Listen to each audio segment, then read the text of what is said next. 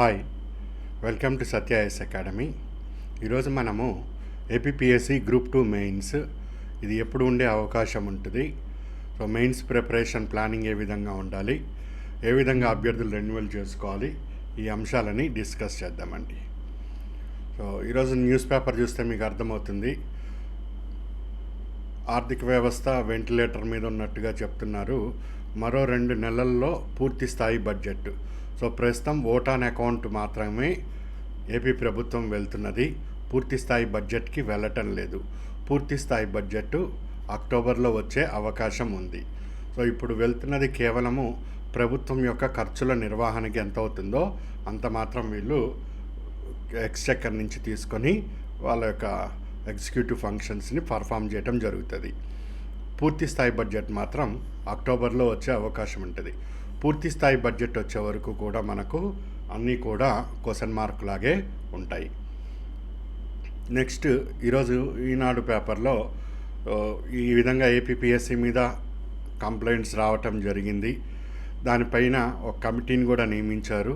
So ఆ committee August 31 లోపు వాళ్ళ నివేదిక అందించే అవకాశాలు ఉన్నట్టు కూడా మనకి ఇక్కడ తెలుస్తున్నది.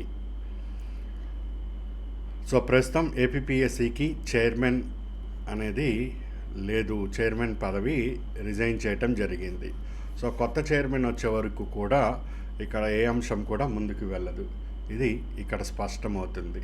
సో ఈ సందర్భంలో మెయిన్స్ ఎప్పుడు ఉంటుంది అనే సందేహాలు అభ్యర్థుల్లో వ్యక్తమవుతున్నాయి. సాధారణంగా అందరూ అనుకుంటున్నది ఏమిటి అంటే నవంబర్-డిసెంబర్. సో ఈ నవంబర్-డిసెంబర్లో జరగాలి అంటే కనీసం 2 నెలల ముందు వాళ్ళు డేట్స్ అనౌన్స్ చేయాలి.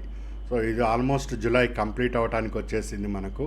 So August, September, October, November, December.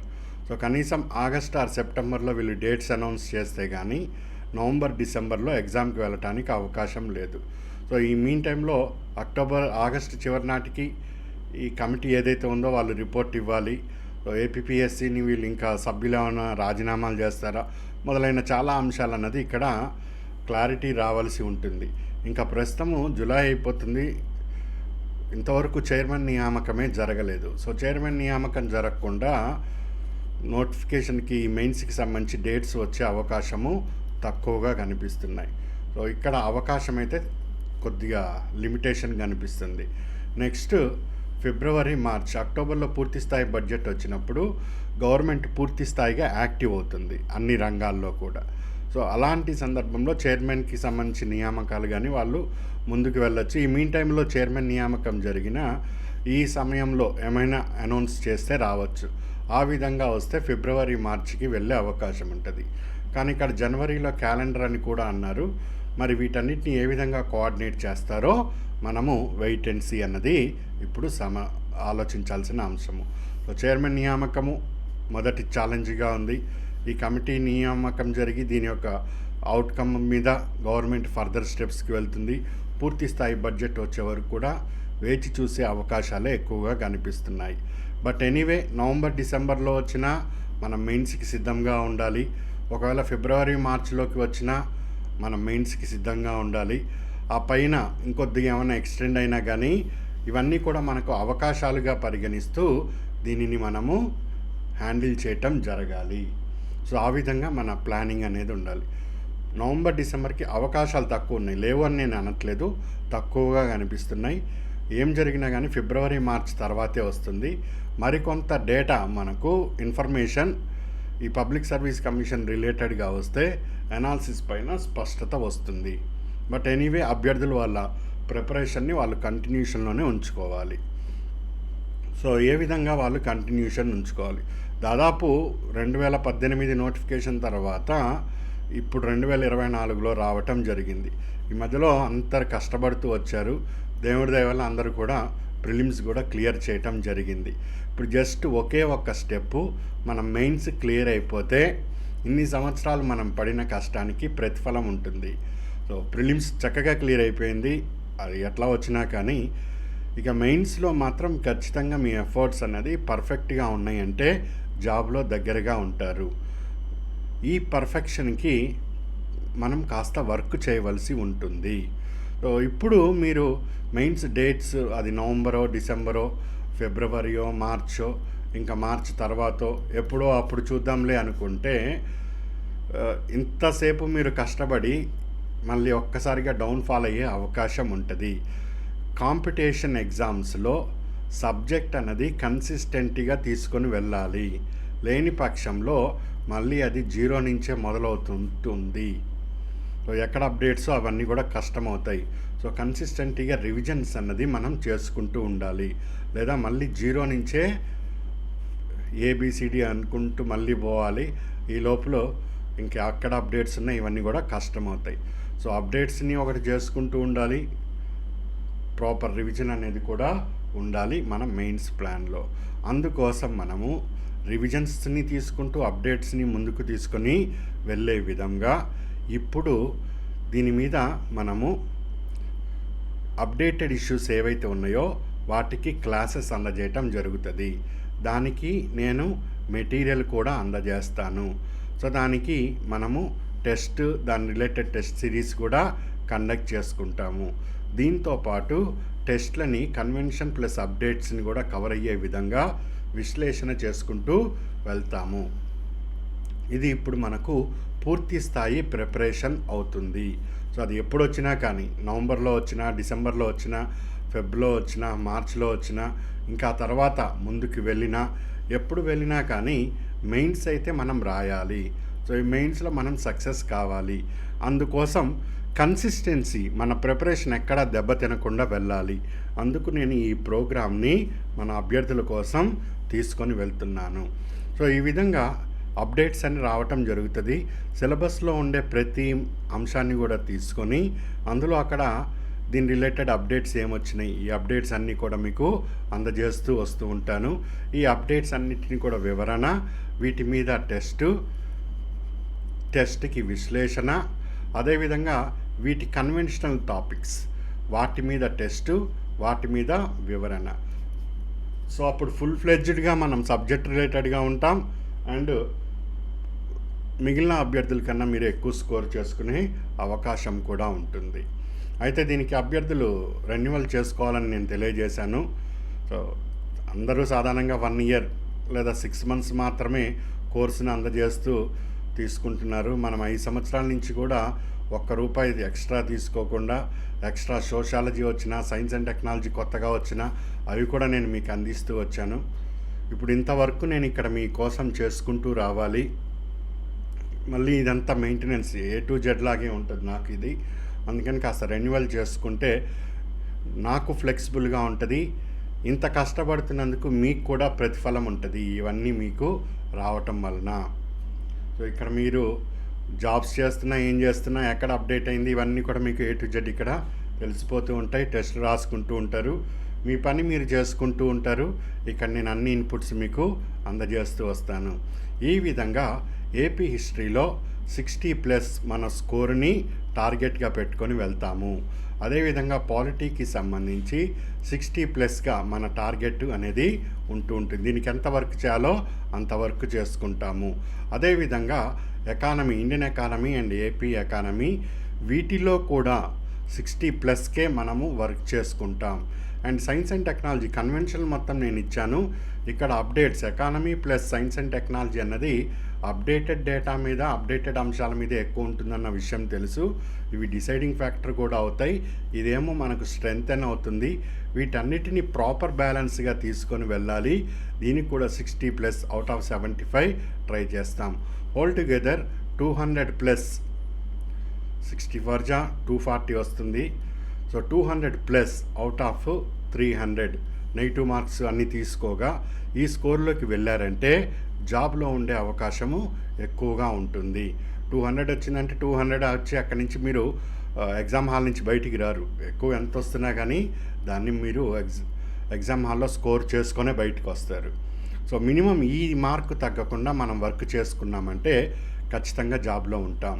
So దానికి నేను ఈ అప్డేటెడ్ అంశాల మీద క్లాసెస్ ఇస్తాను, అప్డేటెడ్ అంశాల మీద మెటీరియల్ ఇస్తాను. వాటి మీద టెస్ట్ సిరీస్లు మనం ప్లాన్ చేసుకుంటూ ఉంటాం. వాటికి టెస్ట్లకి వివరణ కూడా నేను ప్లాన్ చేసుకుంటూ ఉంటా. సో ఇక్కడ క్వాంటిటీ వర్క్ ఉంటుంది, క్వాలిటీ వర్క్ ఉంటుంది, మీకు తెలిసిందే. సో ఎఫర్ట్స్ ఎక్కువగా పడుతూ ఉన్నాయి. సో రెన్యువల్ చేసుకోవాలనుకున్న అభ్యర్థులు ఈ నెంబర్కి కాల్ చేసి ప్రొసీజర్ తెలుసుకొని రెన్యువల్ చేసుకోండి. సో మంచి అవకాశము. సో దీన్ని మాత్రం మీరు వదులుకోకుండా చూడండి. సో దీంతో పాటుగా మనం ఏ విధంగా వెళ్తున్నాం అన్నది ఇక్కడ మీకు క్లియర్గా చూపిస్తున్నాను. ఈ విధంగా మీకు వస్తాయి economy updates July 2024. So index అని వచ్చి మీకు టాపిక్ నేషనల్ ఇన్కమ్ ఏంటి, అగ్రికల్చర్ ఏంటి, ఇండస్ట్రీ ఏంటి, సర్వీస్ సెక్టర్ ఏంటి, ఇవన్నీ కూడా ఈ విధంగా అప్డేటెడ్ అంశాలన్నీ కూడా వస్తూ ఉంటాయి. సో వీటికి సంబంధించి ఏ అంశాలు ఉన్నాయో అవన్నీ కూడా నేను మీకు ఇక్కడ కరెంట్ ఎకానమీ అప్డేట్స్లో ఎంఎస్ఎంఈ యొక్క ప్రాధాన్యత, దాని కంటెంట్ ఏదైతే ఉందో అది నేను మీకు ఇస్తూ వస్తూ ఉంటాను. సో 16వ ఆర్థిక సంఘం అందులోని ముఖ్యాంశాలు ఏంటి, జిఎస్టీకి సంబంధించిన ముఖ్యాంశాలు ఏంటి, అదేవిధంగా ఫైనాన్షియల్ ఎఫ్ఎస్ఐబికి సంబంధించిన ముఖ్యాంశాలు ఏంటి, బ్యాంకు బోర్డు బ్యూరోకి సంబంధించిన ముఖ్యాంశాలు ఏంటి, ఫైనాన్షియల్ ఇంక్లూజివ్ ఇండెక్స్, ఇవన్నీ కూడా మీకు అందిస్తూ వస్తాను. ఇలా నేను అందిస్తూ కరెంట్ రిలేటెడ్ టాపిక్స్ అన్నీ కూడా ఇక్కడ మీకు వస్తాయి. దాంతోపాటు మీకు స్టూడెంట్ స్పేస్ అని ఒక షీట్ని కూడా ఇస్తూ వస్తున్నా. దీన్ని కరెంట్ది నేను చదువుతున్నప్పుడు మీకు ఎక్స్ప్లెయిన్ చేస్తున్నప్పుడే మీరు దాని రిలేటెడ్గా ఏదైతే అంశాలు ఉన్నాయో వాటి మీద కూడా ఇక్కడ మీరు ఫోకస్ చేయండి అని నేను ఇక్కడ స్టూడెంట్ స్పేస్ ఇవ్వటం జరుగుతుంది. దాంతోపాటుగా ఇంకా నీకు ఏమన్నా 1 or 2 పాయింట్స్ ఉన్నా, లేదా దీనిని ఫ్లో చార్ట్ రూపంలో వేసుకొని ఇంకా నువ్వు ఈజీ ఫార్మేట్లోకి తీసుకొని వెళ్ళాలన్నా వాటన్నిటిని కూడా ఇక్కడే చూసుకొని వెళ్తూ ఉంటావు. ఆ విధంగా ప్రతి నెలకి సంబంధించి ఎకానమీకి సంబంధించి సపరేట్గా ఇట్లా షీట్స్ మొత్తం ఫైల్ అంతా చేసి నేను నీకు ఇవ్వటం జరుగుతుంది. అదేవిధంగా సైన్స్ అండ్ టెక్నాలజీకి సంబంధించి ఇదే విధంగా వస్తుంది, పాలిటీకి సంబంధించి కూడా ఇదే విధంగా. ఇక్కడ ఏ ఒక్క అంశము కూడా నీకు అప్డేటెడ్ అంశం నుంచి మిస్ కావట్లేదు. ఇక్కడ స్టూడెంట్ స్పేస్లో కన్వెన్షన్ కవర్ చేసుకుంటూ వెళ్తున్నాను నేను. ఉదాహరణ అగ్రికల్చర్ తీసుకుంటే ఇది ఇంట్రెస్ట్ సబ్వెన్షన్ స్కీము, ఒక జూలైకే ఇంకా ఎగ్జామ్ వరకు మనకు చాలా వర్క్ ఉంటుంది. అట్లా కన్వెన్షనల్ వెళ్తున్నాము, కరెంటు వెళ్తున్నాము. ఈ కరెంటు టాపిక్స్ ఏవైతే ఉన్నాయో వీటి మీద కూడా మనం టెస్టులు తయారు చేసుకొని ఈ టెస్ట్లని కూడా ప్రాక్టీస్ చేస్తాం. కన్వెన్షనల్ మీద కూడా మనము టెస్ట్ని ప్రాక్టీస్ చేయటం జరుగుతూ వస్తుంది. నిన్న బడ్జెట్ వచ్చిందన్న విషయం మీ అందరికీ తెలిసిందే. సో ఆ బడ్జెట్లో ముఖ్య అంశాలు ఏముంటాయి ఏంటివని అవన్నీ కూడా ఇక్కడ నేను ఫిల్ చేయవలసిన అవకాశం ఉంటుంది. అగ్రికల్చర్ రిలేటెడ్గా ఏమన్నా ఉన్నాయా, కరెంట్ రిలేటెడ్గా ప్లస్ ఈ బడ్జెట్ రిలేటెడ్గా ముఖ్యమైనవి. సో అవన్నీ కూడా నేను ఇక్కడ వర్క్ చేసుకుంటూ ఇది మీకు ఈ 1 ఆగస్ట్ నాటికి కంప్లీట్ చేసి అప్లోడ్ చేయటం జరుగుతుంది. అది రిజిస్టర్ రెన్యువల్ చేసుకున్న అభ్యర్థులకి అక్కడ ఈ ఫైల్ అన్నది ఓపెన్ అవుతుంది మీకు. సో ఈ విధంగా రెన్యువల్ చేసుకున్న అభ్యర్థులకి కరెంట్ అప్డేట్స్ అన్నీ కూడా ఒక ఫార్మేట్లో ఏదైతే నేను ఫార్మేట్ చూపించానో ఆ ఫార్మేట్లో మ్యాక్సిమం 99% మిస్ కాకుండా అన్నీ కూడా కవర్ అయ్యే విధంగా ఉంటాయి. ఏ టాపిక్కి ఆ టాపిక్ క్లియర్గా నేనే ఇక్కడ సిగ్రిగేట్ చేసి పంపిస్తున్నా. సో దానివల్ల ఇంకా మీకు రివిజన్కి కూడా ఈజీగా ఉంటుంది, రివిజన్ చేసుకునే టైంకి. సో వీటి మీద టెస్ట్లు కూడా, టెస్ట్ సిరీస్ ఇవి కూడా మనకు కవర్ అయిపోతూ జరుగుతూ వస్తాయి. సో ఎప్పటికప్పుడు అప్డేట్స్ అన్నది వస్తూ ఉంటుంది. సబ్జెక్టు మీకు అదే విధంగా కన్సిస్టెంట్గా వెళ్తూ ఉంటుంది. సో ఇవన్నీ చేసుకోవటం వలన మీకు మెయిన్స్లో ఏదైతే పాలిటీ రిలేటెడ్ కానీ, ఎకానమీ రిలేటెడ్, ఎస్ఎన్టీ రిలేటెడ్, ఇవన్నీ ఎస్పెషల్లీ ఎకానమీ అండ్ ఎస్ఎన్టీ అయితే మీకు తెలిసిన అంశమే. అరౌండ్ 50 to 60% అప్డేటెడ్ అంశాల మీదే ఉంటాయి. సో మనం 5 సంవత్సరాల నుంచి ప్రిపేర్ అయినా, 10 సంవత్సరాల నుంచి ప్రిపేర్ అయినా ఈ ఎగ్జామ్ ముందు ఈ అప్డేట్స్ చేసుకోకపోతే అది పూర్తిగా ఉపయోగకరంగా ఉండదు. అందుకని నేను ఈ విధమైన అప్రోచ్ని తీసుకున్నాను. సో ఈ బడ్జెట్కి నిన్న ఇచ్చారు ఆ బడ్జెట్. ఆ బడ్జెట్ 2024లో plus survey, economic survey. So ఈ 2 అంశాలని ఇందులో మనకు ఎకానమీ రిలేటెడ్వి అన్నీ కూడా నేను ఈ వీక్ అంతా కూడా సెగ్రిగేట్ చేసి దానిని నోట్స్ తయారు చేసి ఆ నోట్స్ని ఇప్పుడు నేను ఏదైతే ఫార్మేట్ చూపించానో మీకు ఈ ఫార్మేట్లో అగ్రికల్చర్ రిలేటెడ్గా ఇంకేమన్నా ఉంటే సర్వీస్ రిలేటెడ్గా ఈ అంశాలన్నీ కూడా ఫిల్ చేసి నేను మీకు పంపించటం జరుగుతుంది. వాటిని ఒక్కొక్క పాయింట్గా నేను ఎక్స్ప్లెనేషన్ చేయటం జరుగుతుంది. సో ఇక్కడ ఎంతవరకు అవసరమో అంతవరకే. ఇది ఫిబ్రవరి లోపు ఎగ్జామ్ జరిగితేనే ఉపయోగం. ఒకవేళ ఫిబ్రవరి దాటి మెయిన్స్ ఎగ్జామ్ వెళితే ఇప్పుడు మనం చేసే వరకు ఇది ఓన్లీ 50% మాత్రమే ఉపయోగపడుతుంది. మళ్ళీ తర్వాత 2025 ఫిబ్రవరిలో మళ్ళీ సర్వే వస్తుంది, మళ్ళీ బడ్జెట్ వస్తుంది. మళ్ళీ నేను దానిని కూడా ఇక అప్పుడైతే ఇక 100% ఎగ్జామ్ జరిగి తీరుతుంది. దాని మీద కూడా ఇంకా ఎక్కువ ఎఫర్ట్స్ పెట్టి వాటిని కూడా నేను ఇప్పుడు ఏ విధంగా అయితే ఇస్తున్నానో అదే విధంగా ఇవ్వటం జరుగుతుంది. ఈ విధంగా సరే ఈ నెలంతే బడ్జెట్కి సంబంధించి వచ్చింది కాబట్టి వస్తుంది. నెక్స్ట్ ఆగస్ట్ ఉన్నది, తర్వాత సెప్టెంబర్ ఉన్నది, తర్వాత అక్టోబర్ ఉన్నది, తర్వాత నవంబర్. ఈ విధంగా ప్రతి నెల కూడా మీకు economy related, S N T related, polity related, economy S N T polity, economy S N T polity content వస్తుంది, క్లాసెస్ వస్తాయి, టెస్ట్లు వస్తాయి, దాని వివరాలు కూడా వస్తూ ఉంటాయి. దాంతోపాటు ఏపీ హిస్టరీని కూడా ప్లాన్ చేస్తున్నాను, అది ఏ విధంగా తీసుకొని వెళ్ళాలి అని. సో ఇది నేను మీకు ప్రీవియస్ క్లాసెస్తో పాటు మీ కాంట్రిబ్యూషన్, రెన్యువల్ కాంట్రిబ్యూషన్కి నేను నా సైడ్ నుంచి కూడా ఇంత ఎఫర్ట్స్ పెడుతున్నాను. ఇంత ఎఫర్ట్స్ పెట్టి ఇంత మీరు చేస్తే జాబ్ రాదు అనే మాట లేదండి. అక్కడ ఈజీగా జాబ్ వస్తుంది. సో మంచి అవకాశము. సో దాన్ని ఈ విధంగా మనం ఎగ్జిక్యూట్ చేద్దాం. సో కావాలనుకున్న వాళ్ళు దీనికి ఒకసారి కాల్ చేసి డీటెయిల్స్ తెలుసుకొని రెన్యువల్ చేసుకుంటూ ఉండండి. ఈ మెటీరియల్ ఇవన్నీ కూడా మీకు వస్తూ ఉంటాయి. ఏదైతే కంప్లీట్ అయిందో అది అప్డేట్ అయిపోయి మీకు వస్తూ ఉంటుంది. సో ఇది ఈరోజు నేను మీకు కమ్యూనికేట్ చేయదలుచుకున్నది. ఇంకేమైనా ఫర్దర్ ఇష్యూస్ ఉంటే అది నేను కమ్యూనికేట్ చేస్తాను. ఈ ఆగస్టు 1 నుంచి రెన్యువల్ చేసుకున్న అభ్యర్థులకే ప్రీవియస్ క్లాసెస్ అయినా లేదా ఈ కంటెంట్ ఇప్పుడు నేను చెప్పిందైనా కానీ అందుబాటులోకి వస్తుంది. సో దానికి అనుగుణంగా అభ్యర్థులు రెన్యువల్ని ప్లాన్ చేసుకోండి. ఆల్ ది బెస్ట్ అండి. Good luck.